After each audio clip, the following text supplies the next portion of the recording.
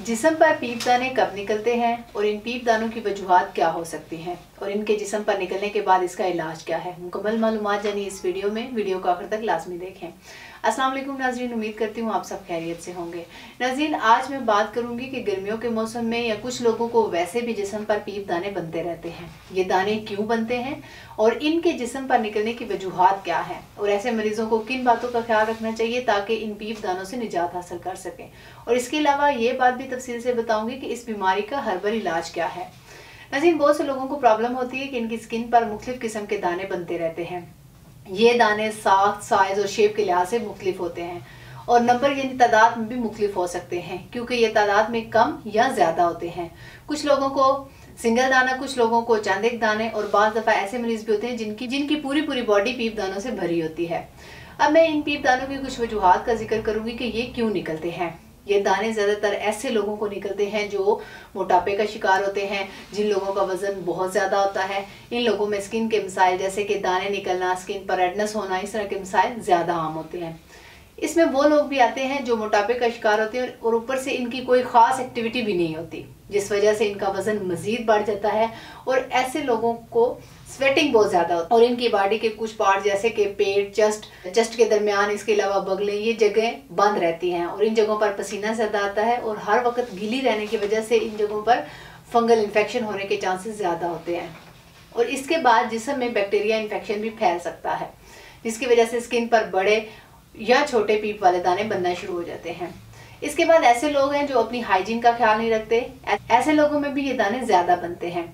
इसके अलावा ऐसे लोग जो शुगर का शिकार हों, जिन्हें डायबिटीज़ हो, ऐसे मरीजों में दाने निकलने का अमल आम लोगों की निस्बत ज़्यादा पाया जाता है क्योंकि ऐसे लोगों की इम्यूनिटी वीक होती है और इनकी स्किन का नॉर्मल बैक्टीरिया फ्लोरा जो है, अगर स्किन पर कोई कट या जख्म बन जाए तो ये नॉर्मल बैक्टीरियल फ्लोरा स्किन के अंदर चला जाता है और वहां जाकर स्किन इन्फेक्शन का बायस बनता है और जिस्म पर दाने निकलना शुरू हो जाते हैं। इसके अलावा ये दाने ऐसे लोगों को बनते हैं जिनकी इम्यूनिटी स्ट्रांग ना हो या वो लोग जो किसी बीमारी की वजह से एक लंबे अरसे से केमिकल वाली अद्वियात इस्तेमाल करें। ऐसे मरीजों को भी जिस्म पर पीप दाने बन सकते हैं।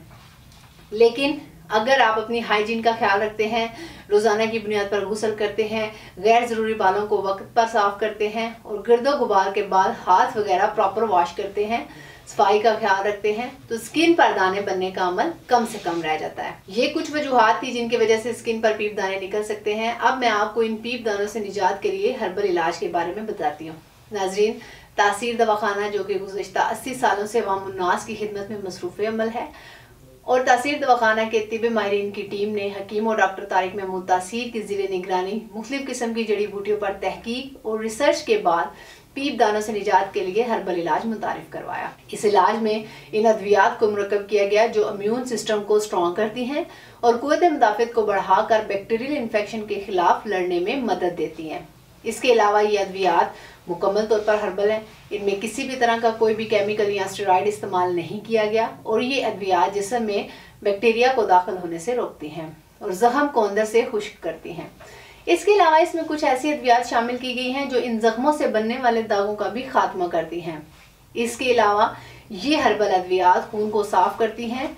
खून के प्योरीफाई होने से जख्मों के बनने के चांसेस भी कम हो जाते हैं। आज के साथ कुछ ज़रूरी एहतियाती तदाबीर का जिक्र भी करूंगी। अपनी हाइजीन का खास ख्याल रखें, रोज़ाना की बुनियाद पर गुस्ल करें। इसके अलावा अपने खाने पीने में गर्म और तेज़ मिर्च मसाले वाले खानों से परहेज करें।